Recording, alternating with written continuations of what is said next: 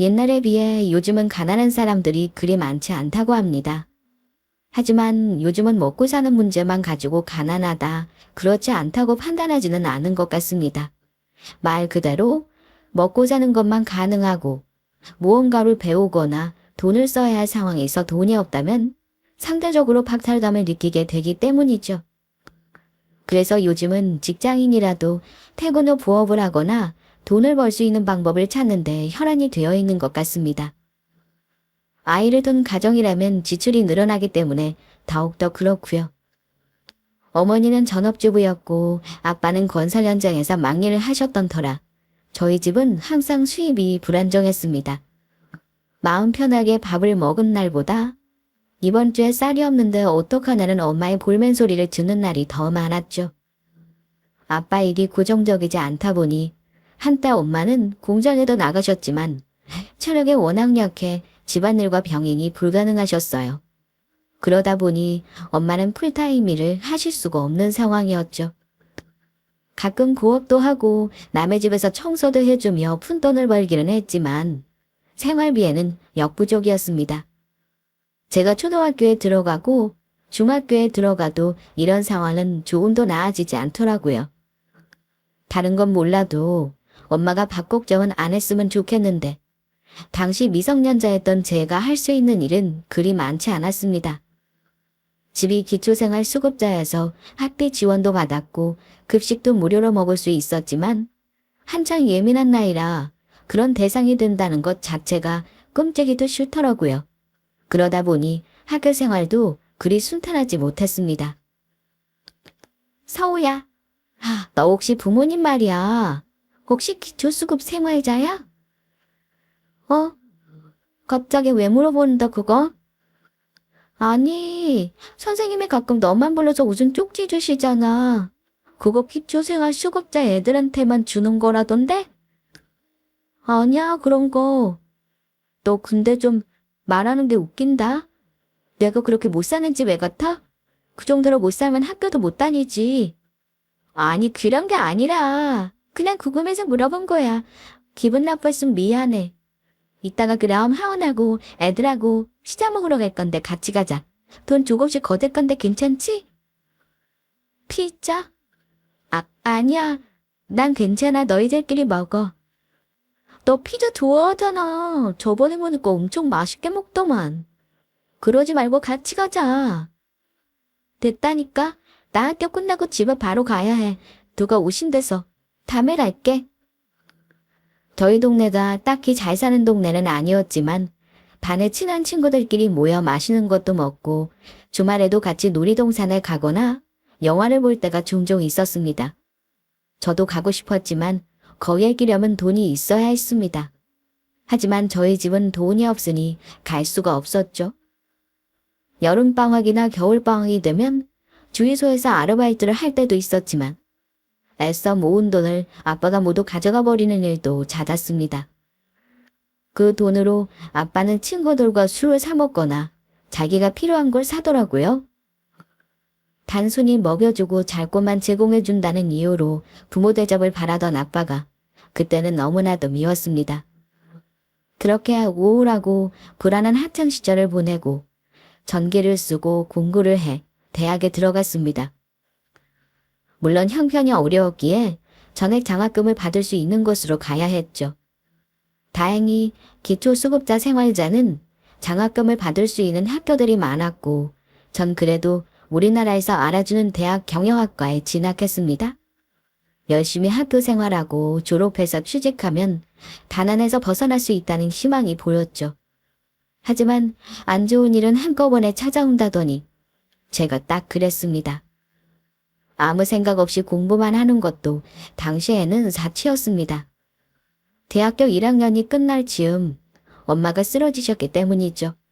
당시 엄마는 무료 건강검진 대상자가 아니었던 탓에 검진 한번 받지 못했었고 결국 쓰러진 후에야 큰 병원에서 검사를 받았더니 갑상선 암 진단을 받았습니다. 나라에서 혜택을 받을 수 있는 건 검사비와 수술비 정도라 나머지 돈 들어가는 것들 모조리 제가 부담해야 했죠. 엄마가 입원했던 병원은 5인실은 다 병동이 차서 1인실밖에 사용할 수 없었는데 1인실 비용이 하루에만 20만 원 가까이 하더라고요. 거기에 밥값에 차비에 간병비까지. 결국 전 학교를 중간에 포기하게 되었습니다. 당시 저희 교수님을 비롯해서 친한 친구들과 부모님까지 모두 도와주시겠다고 했지만 왠지 도움받는 게 창피하고 싫더라고요. 지금 생각해보면 사람들이 어려울 때 도움받을 수도 있는 건데 그때는 그게 정말 지독하게 싫었습니다. 그리고는 전 학교를 관뒀습니다. 가난했던 시간이 길었던 탓에 어떤 힘든 일을 하더라도 가난만큼은 반드시 탈출해서 성공하고 싶더라고요. 이후 전 편의점을 비롯해 식당, 술집, 카페, 빵집 등에서 아르바이트를 시작했지만 최저시급 가지고는 생활비 충당만 겨우 될 뿐 돈을 따로 모으기가 쉽지 않았습니다. 게다가 엄마 치료비가 모자라 저축은행에서 대출이 2천만 원 정도가 있었는데요. 매달 50만 원씩 빠져나가니 그 부담도 꽤 크더라고요. 내가 배우지 못했다는 이유로 사회에서 받는 취급이 이 정도뿐이라는 사실에 우울감도 커져만 갔습니다. 그렇게 한 6개월이 지났을까요?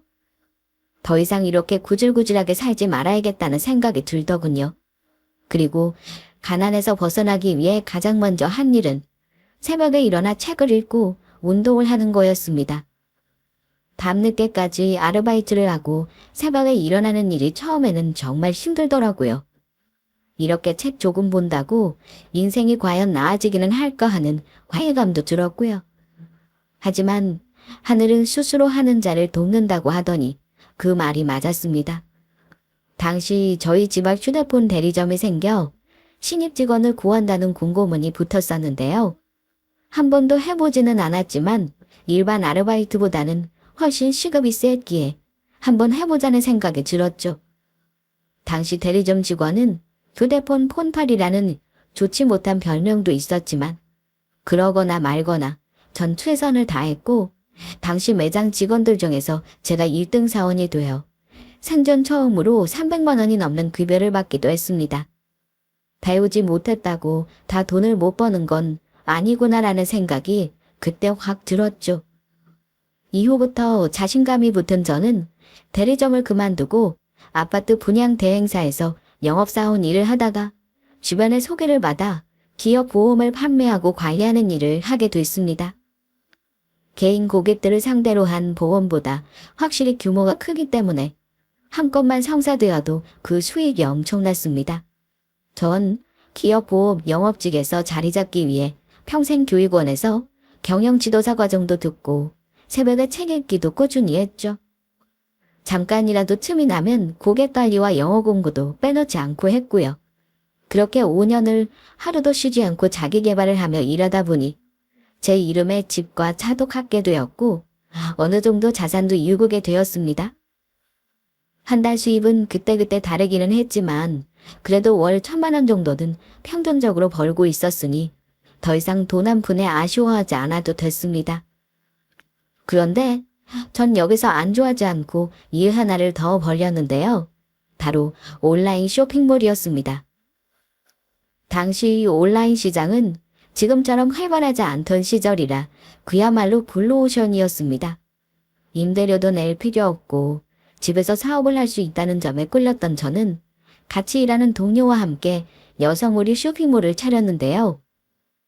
매장보다 저렴하면서 품질은 뒤처지지 않은 상품들만 골라 매입해 내놓았죠. 당시 유명 블로거들에게 저희 쇼핑몰 옷을 무상으로 보내주기도 하고 체험단을 만들어서 옷을 보내주며 열심히 홍보를 했는데요. 가격 대비 질이 좋다는 소리가 들리면서 쇼핑몰도 꽤 쏠쏠한 매출을 올리게 되었습니다. 어린 시절은 가난해서 벗어나지 못했지만 어른이 되고 누구보다 열심히 세상을 살다 보니 좋은 날도 이렇게 찾아오더라고요. 비록 도중에 아빠는 돌아가셨지만 엄마는 다행히 갑상선암 완치 판정을 받아 저와 함께 살게 되었습니다.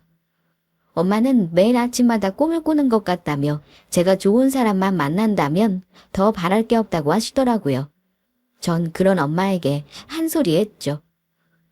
엄마, 솔직히 엄마도 아빠한테 그 고생을 하며 힘들게 살았는데 나도 결혼했으면 좋겠어? 난 그냥 혼자 사는 게 편해. 누구 눈치도 안 보고 엄마랑 평생 살면 엄마도 좋잖아. 지금이야 당연히 좋지. 이 대궐 같은 집에서 먹고 싶은 거 먹고 자고 싶을 때 자고. 돈만 있으면야 하고 싶은 거 다 할 수 있으니까. 근데 엄마도 시간이 지나면 더 늙을 거고 언젠가 엄마도 죽을 텐데 그 위에 너 혼자 있을 생각하니까 그게 좀 마음에 걸려서 그래. 옆에 신랑이라도 있으면 서로 의지되고 좋잖아. 그거야 아주 좋은 사람이면 괜찮지만 혹시라도 이상한 사람이거나 시댁이 이상하면 어떡해? 왜 그런 생각을 해? 좋은 사람도 세상에 많은데. 그리고 정 아니다 싶으면 헤어져야지 어쩌겠어? 엄마 때야 이혼하면 정말 하늘이 무너지는 줄 알고 무조건 붙어 살았지만 지금이야 어디 그러니? 좋은 사람도 많으니까 엄마 말은 연애도 하고 그러라는 거야. 너 나이가 아직 30도 안 됐잖아. 알았어. 엄마도 이제 돈 걱정 안 하면 살아도 되니까 하고 싶은 것도 배우고 운동도 하고 그래. 나 결혼하고 사는 거 보려면 엄마 이제 건강 잘 챙겨야 해. 우리 딸밖에 없네. 무조건 우리 딸 말이라면 들어야지. 알았어. 그러던 어느 날 한 중소기업에 미팅을 갔다가 재밌는 일이 생겼습니다. 회의실에서 물을 마시며 대표를 기다리고 있는데 어떤 남자 직원이 들어와서 회의실 세팅을 하더라고요. 신입사원인가 보다 싶어 옆에서 도와주다가 제 실수로 핸드폰이 바닥에 떨어지면서 액정이 깨졌거든요. 돈보다도 수리하러 왔다 갔다 시간을 써야 하니 순간적으로 짜증이 나더군요. 이걸 본 그 직원이 자기가 도와주겠다. 깨진 거니까 본인이 고쳐서 갖다 주겠다고 하더라고요. 전 뭐 그렇게까지 할 일은 아닌 것 같아서 괜찮다고 했지만 사무실 바로 옆이 휴대폰 수리 매장이라며 그때까지 임시폰을 쓰시라고 하더라고요.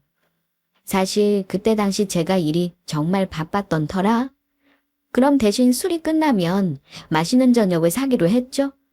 그렇게 일주일 후 전 수리된 휴대폰을 그 직원에게 받게 됐고 고맙고 미안한 마음에 저녁을 같이 먹었습니다. 아무래도 거래처 직원이다 보니 가깝게 지내기도 부담스럽고 해서 말을 많이 할 생각은 아니었는데 인상도 좋고 말투가 사람을 편하게 해주더라고요. 이런저런 얘기를 나누다 보니 저희는 2차까지 갔고 기분 좋게 헤어지게 되었죠.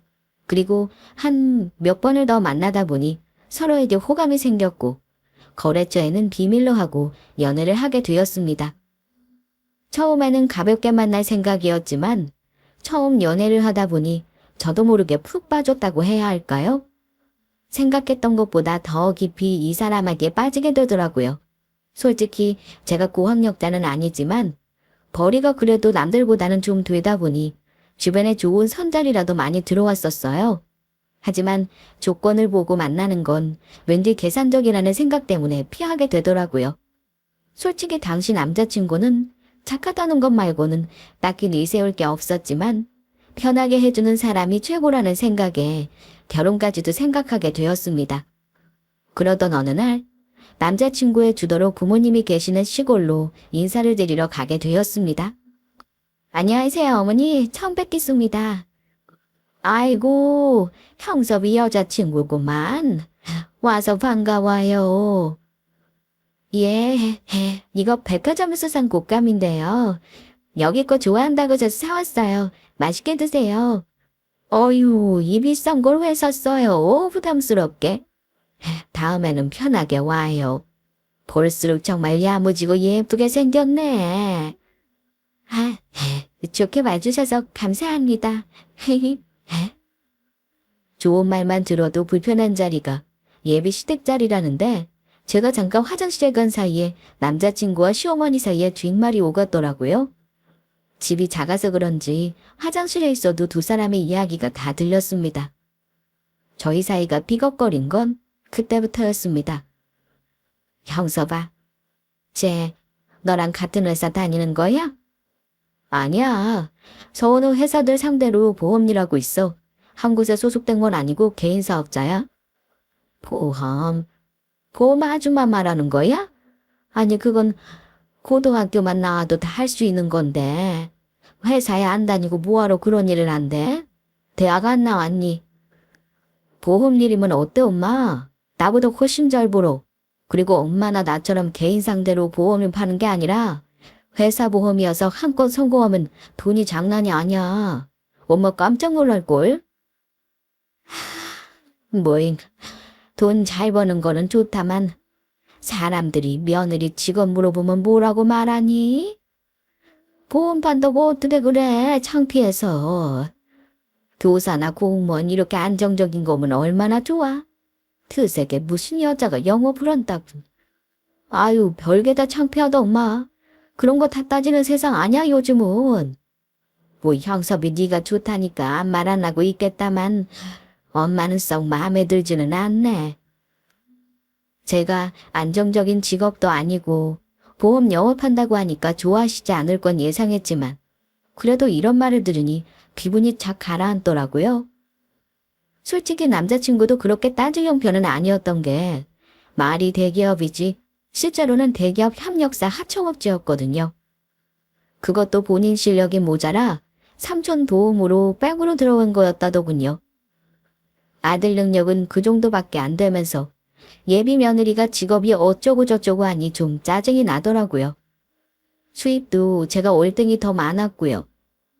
당시 남자친구에 대한 마음이 그리 크지 않았으면 헤어졌을 수도 있었을 텐데 첫 연애다 보니 웬만한 일로는 헤어지고 싶지 않았습니다. 남자친구 역시 마찬가지였고요.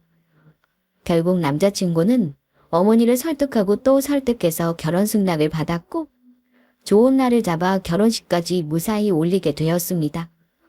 저희 엄마는 제가 좋다는 사람이면 다 좋다 하셨지만 저쪽 부모님이 처음에는 반대하셨다는 얘기를 들으시고는 걱정이 크셨거든요. 전 엄마에게 제가 참고만 사는 성격도 아니니 크게 걱정하지 말라고 안심시켜 드렸죠. 신혼집은 남편이 본인 명의로 대출을 받아 마련하려고 했지만 연봉이 낮은 탓에 대출 액수가 제한이 있더라고요. 결국 제 명의로 대출을 받아 제 명의의 신혼집으로 들어가게 됐습니다. 명의야 솔직히 공동 명의로 할까 했지만 사람들이 아무도 모르니 일단 제 이름으로 해두었죠. 물론 집안에 들어갈 혼수 역시 모두 제 돈으로 했고요. 이런 사정을 모르는 시어머니는 결혼을 하자마자 일가 친척분들을 모두 데리고 저희 집에 오시더라고요. 아이고, 내가 며느리를 잘 둬서 이렇게 넓은 집에 둘이 시작하게 됐구나. 내가 진짜 며느리 복이 있나 보다. 너무 좋아서 눈물이 나네. 아이고, 우리 형님이 이렇게 마음씨가 착하시네. 질부, 형님 며느리 단 거 축하해. 질부 진짜 복 받은 거야. 우리 형님 같은 사람 세상 천재 없거든. 예, 감사합니다. 일단 좀 앉으세요. 저희가 음식 내올게요. 겉으로는 세상 착한 척, 며느리가 최고라며 주변에 축혀 세우셨지만 전 저 모습이 과연 진짜일까 하는 의문이 들더라고요. 결혼 전에 제 뒷담화를 안 들었다면 모르겠지만 이미 듣고 나니 아무리 제 칭찬을 하셔도 썩 마음이 편하지가 않더라고요. 아니나 다를까 제가 쓰레기를 버리고 돌아왔는데 어머니 목소리가 제법 크게 들리더군요. 어머니는 제가 들어온 줄 모르고 계셨던 거죠. 아유, 내가 형섭이 생각하면 자다가도 눈물이 나와. 아까 나 마음에도 없는 말 지어낸다고 진짜 칭찬 뱉다니까 동서. 왜요 형님? 칠보가 얼굴도 예쁘고 돈도 잘 번다면서요. 이 집하고 혼수도 그쪽에서 해온 거 아니에요? 모르는 소리 하네. 여자랑 남자랑 같나? 남자야 뭐 돈 잘 벌면 다른 건 다 무마되지만 여자는 그게 아니잖아. 요즘 남편보다 돈 조금이라도 더 벌면 온갖 유세 살림은 나 몰라라는 여자들이 많다더구만. 쟤도 딱 보니까 그럴 분위기야. 겉으로야 사근사근하지. 우리 돌아가면 형섭이한테 이것저것 막 시킬 텐데 걱정되네. 아이고 시키면 시키는 거지 뭐 그런 것까지 걱정하세요. 결혼했으면 이제 신경 꺼야죠. 어쨌든 형섭이도 좋아하니까 결혼한 거잖아요. 난 솔직히 쟤 처음에 집에 왔을 때 별로 안 내켰어. 직업도 뭐 반반한 게 아니고 회사들 상대로 보험팔이 한다더라고. 그런데 창피해서 며느리 직업도 말 못하게 생겼다니까. 누가 물어보면 그냥 살림한다고 둘러대야지 뭐. 에이 형님, 요즘은 시대가 안 그래요. 이렇게 신혼집하고 호수까지 떡하지 해오는 며느리 흔치 않다니까요. 내가 욕심이 많은가 보지 뭐. 어쨌든 하는 거 지켜보고 아니다 싶으면 나도 그때 말해야지. 어휴, 추측맞게 내가 또 눈물이 나네. 우린 술이나 한잔 하세. 대충 짐작은 하고 있었지만 저렇게 달가워하지 않으시는 걸 들으니 저도 썩 잘하고 싶은 마음이 안 생기더라고요. 남편에게 그대로 말해줄까 생각도 했지만 얘기해봤자 본인 어머니 흉이니 마음이 안 좋을까봐 일부러 말하지 않았습니다. 당시엔 어머니가 저리 말씀하셔도 시간이 지나면 그래도 예쁘게 봐주시겠지 하는 마음도 있었거든요. 그 이후에도 저와 남편 앞에서는 세상 다정한 척, 마음 여린 척하며 웃으며 잘해주셨지만 여전히 제가 없을 때는 또 욕하고 다니시겠거니 하고 생각했습니다. 그리고 1년쯤 되자 저희에게 반가운 소식이 찾아왔습니다. 그토록 바라던 천사가 찾아온 거죠. 아이고 소우야, 잘했다 잘했어. 아기 생겼다면서? 아, 예 어머니, 저희도 내심 바라고 있었는데 생겨서 기쁘네요. 축하해 주셔서 감사해요. 솔직히 그동안 애 소식 없어서 나도 내심 기다리고 있었거든. 이제야 서우 네가 밥값을 하는 것 같아서 다행이다 얘. 밥값 못하는 며느리라고 주변에서 어찌나 한마디씩 하던지. 내가 그런 소리 말라고 막 뭐라고 했어. 아, 그러셨어요. 역시 제 편은 어머니밖에 없네요. 감사해요 어머니. 예, 태어나면 무리하게 혼자서 애 볼 생각하지 말고 나한테 와서 맡겨라. 예전에 우리가 애 키울 때는 동네 풀어놓으면서 키워서 그게 어렵지 않았는데 요즘은 그게 아니라더구나. 괜히 젊은 엄마가 우울증 생기면 안 되니까 한번 잘 생각해서 얘기해줘. 아, 그것까지는 저도 생각을 못했네요. 그럼 저희도 천천히 상의해보고 이야기해 드릴게요. 솔직히 그 말을 들으니 시어머니에게 고마운 마음이 들더라고요. 그동안 좋은 마음보다 서운한 마음이 컸었지만 애기 생겼다 하니 나중에 애기 봐주겠다고 말씀해 주시니까 절 챙겨주는 것 같다 좋더라고요. 솔직히 제가 일을 안 하고 집에서 애기만 본다면야 제가 어떻게든 키울 수 있겠지만 저는 일을 해야 스트레스가 풀리는 사람이었기에 해당이 안 되었습니다.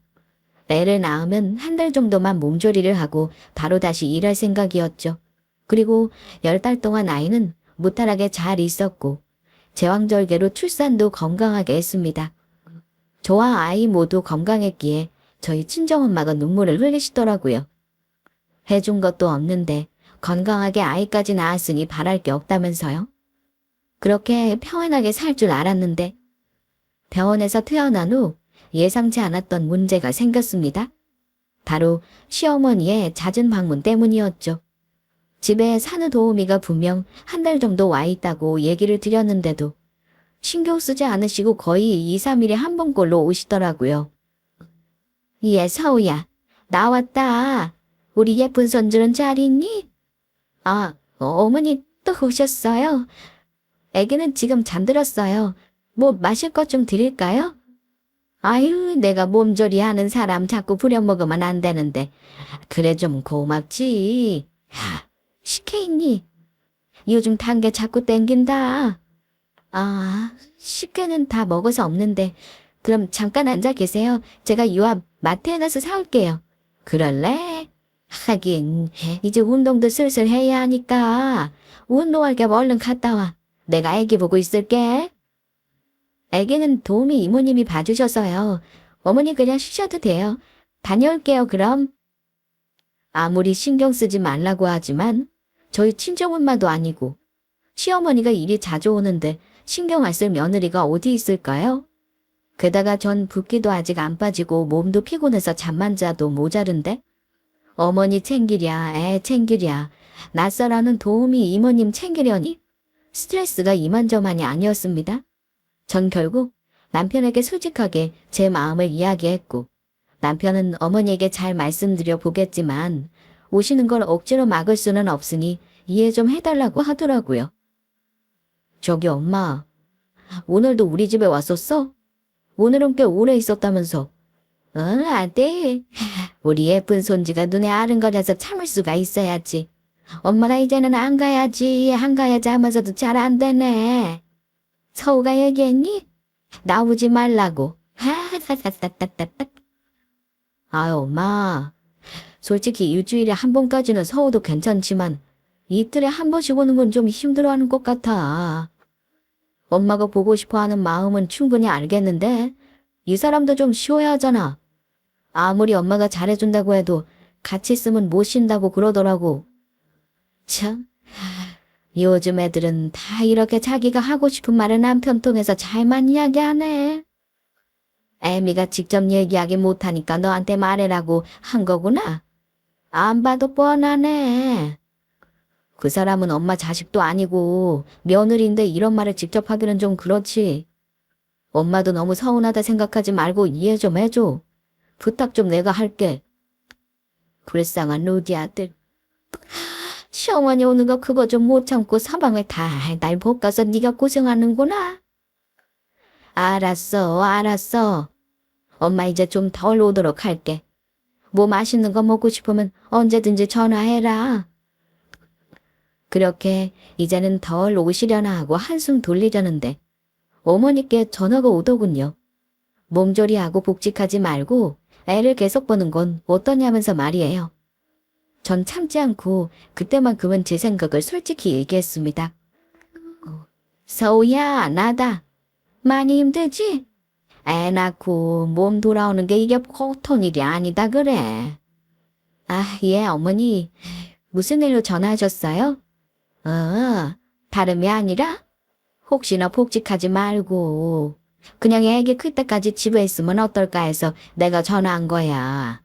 너무 섭섭하게 생각하지 말고. 아, 예. 저희도 많이 고민했는데요. 지금 집 대출도 있고 신랑 수입만으로 세 식구가 살기는 좀 빠듯해서요. 당분간은 좀 몸이 힘들더라도 맞벌이를 해야 할 것 같아요. 아, 생각해 주셔서 감사해요, 어머니. 그래? 너희들 생각에 그러면은 어쩔 수 없지. 그러면 애기는 어린이집 들어갈 때까지 내가 좀 돌보면 어떻겠니? 어머니가요. 어머니, 애기 보는 게 보통 일이 아닌데 괜찮으시겠어요? 지금 한창 손이 많이 갈 때라 몸도 많이 상하고 잠도 잘 못 주무실 거예요, 어머니. 아유, 자식 키워봤는데 그 정도도 내가 모를까 봐. 너도 일하는데 괜히 남의 손 맡았다 탈나느니 내가 조금 고생해도 핏줄 봐주는 게 낫지 않겠니?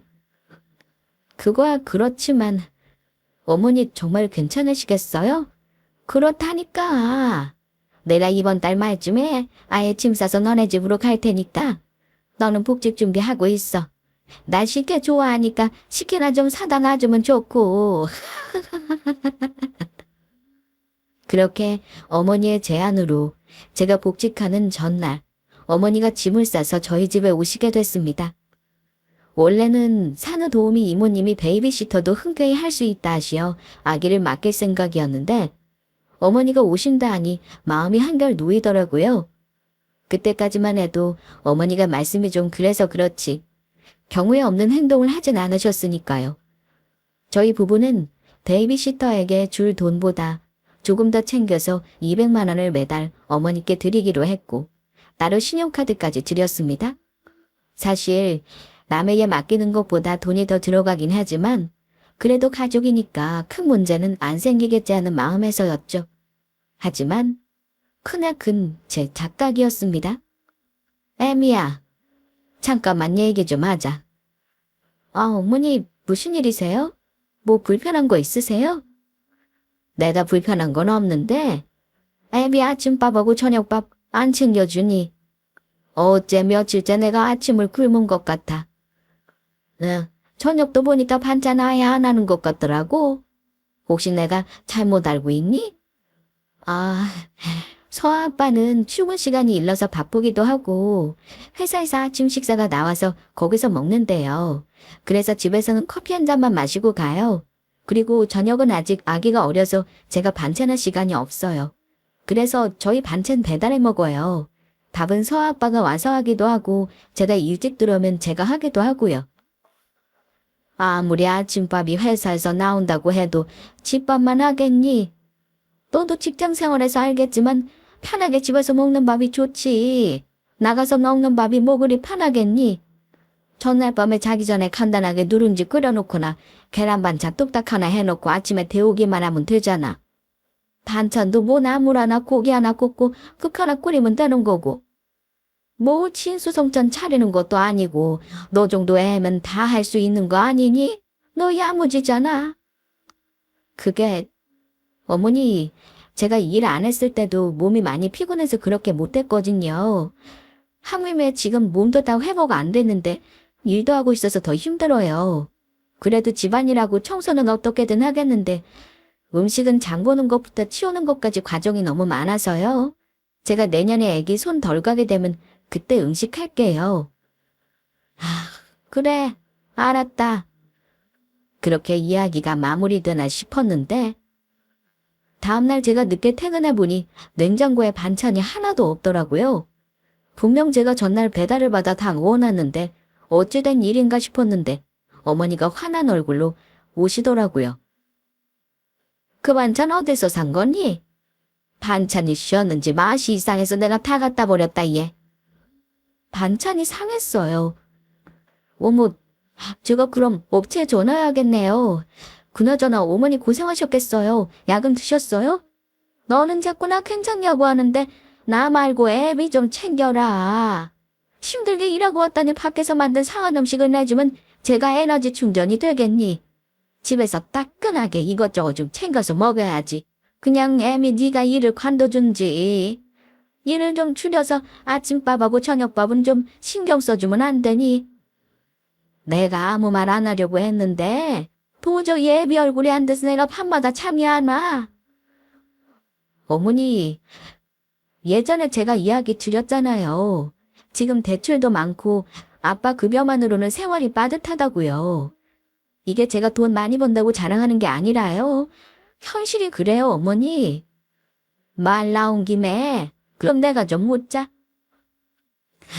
애비 월급 받으면 다 어디다 쓰니? 대출금 갖고도 한 200은 남을 거 아니냐. 그걸로 생활비 하면 되는 거 아니니? 조금 아껴서 살면 충분히 사라지지. 이런 거 배달 음식 시키지 말고 놀러 나가는 것도 좀 줄이고 하면 되잖아.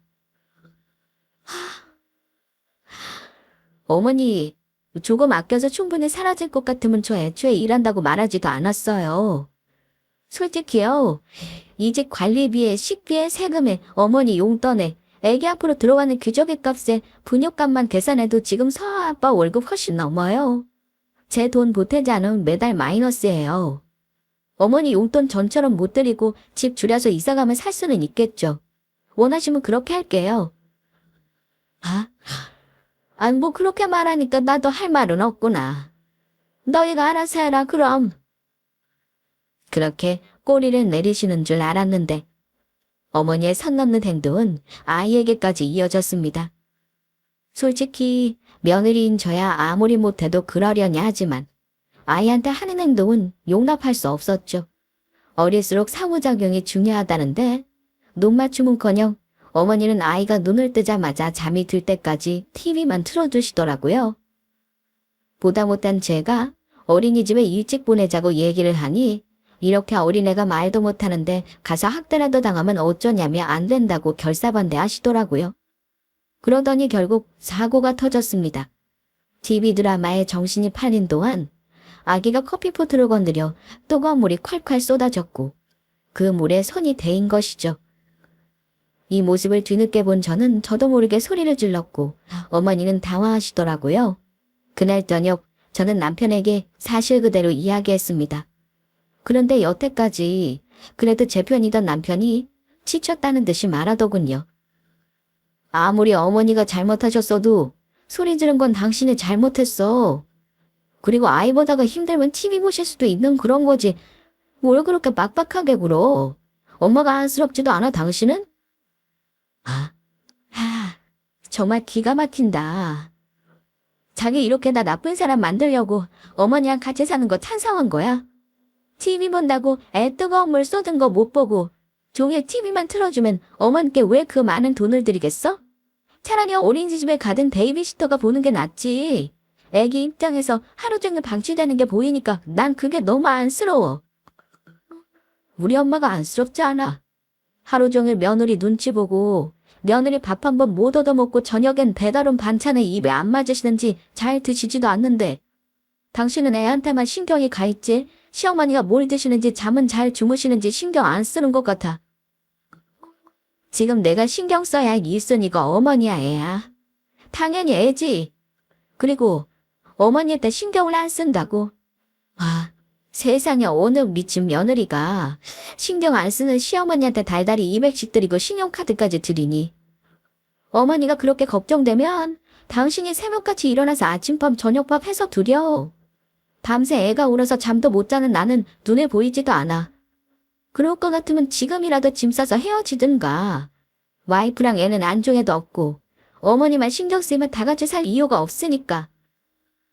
나도 우리 엄마 무시하는 여자랑은 같이 못 살아. 그럼 끝내든지.